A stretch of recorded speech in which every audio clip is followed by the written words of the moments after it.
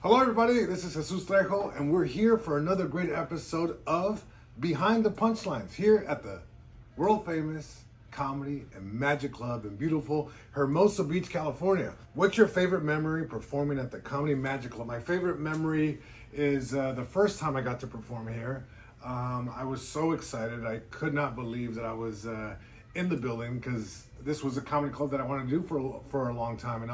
And actually, in a nutshell, the story is that I used to work at a golf course in Palos Verdes, and I knew the engineer that had worked on like the building or something like that. And he found out, this is me in college, he found out that I was trying to pursue stand-up comedy. And he goes, I would love to see a tape or something. I can, turn it into the club for you.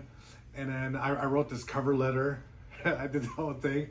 And then I remember the following week I see him and he hands me back the packet and he goes, "There's a lot of typos in your cover letter."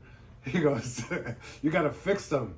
He goes, "There's a difference between there and then your and then your." He goes, "You got to fix it." He said, "You're in college, kid. Come on."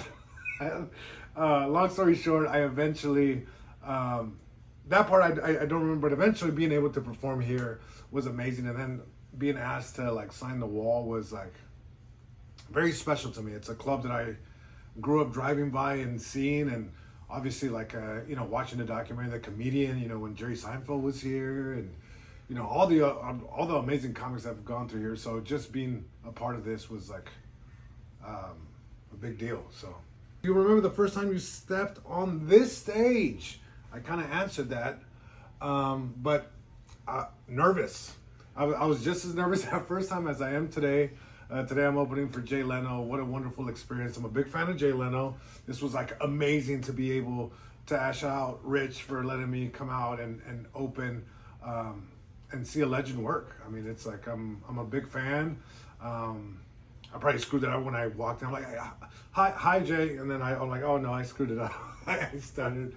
But I'm always nervous and excited. I love comedy. What's the best piece of advice another comic gave you at this club? I have to say top of the list, best advice was go home, kid. No, I'm like, nobody said that.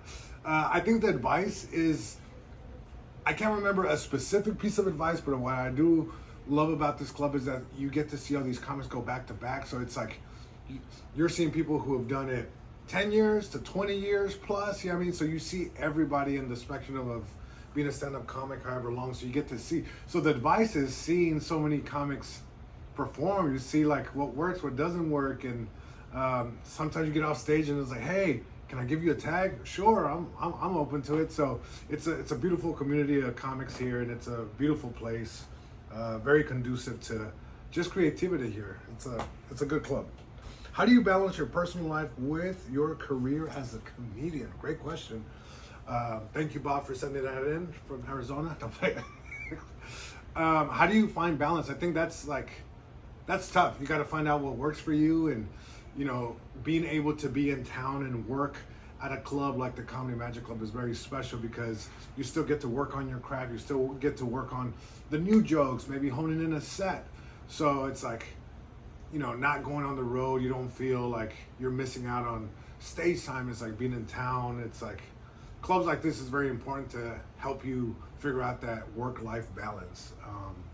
It changes all the time, it's like sometimes work comes in when you least expect it, or it's like, or there's a dry spell of I'm not going on the road. So finding that balance is like, it's hard to figure out. Sometimes the work dictates that, but it's a fun puzzle to figure out. If you could collaborate with any comedian, living or dead, who would it be?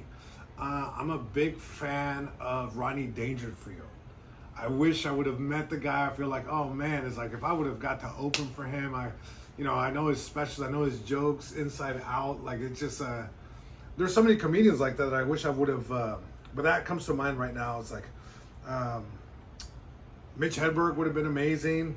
I wish I could meet Stephen Wright. I just read his book, Harold, and it's so good.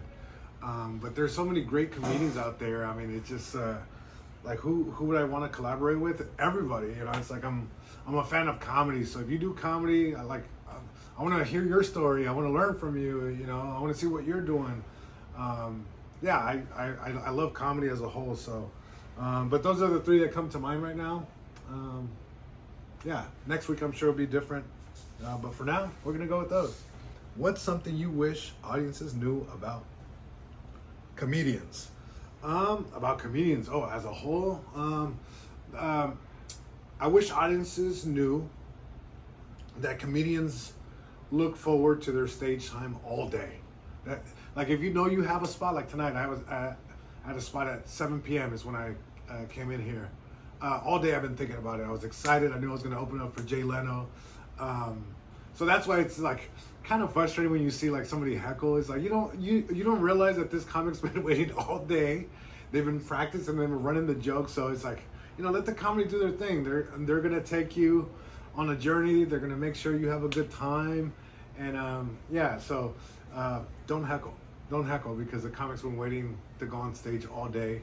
And I wish audiences realize how excited comics are to get on stage. I know I'm excited all day, and then I get nervous moments before, and then I go on stage, and it's all gravy. So that's it for me. My name is Jesus Trejo, and that has been Behind the Punchlines. We'll see you next time.